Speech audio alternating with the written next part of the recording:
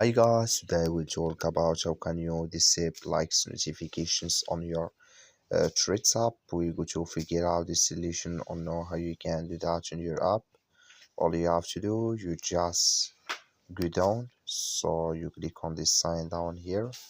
When you just click on it here, it's going to take you to your profile. Then all you have to do now, you just go here above this sign, click on it. Then you come to next here. Then all you have to do, you just click here on notifications, click on it here. You come to next here, then you click here on here threads and replace.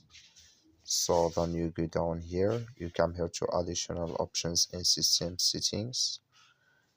Then you come to this list here, just waiting to open with you here.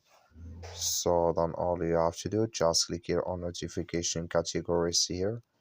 You come here to likes, click in this sign or this color. Like you see, color is gone. As may here likes notifications disable with us now. That's all you have to do. Thank you for watching. Don't forget to support us by liking, subscribe.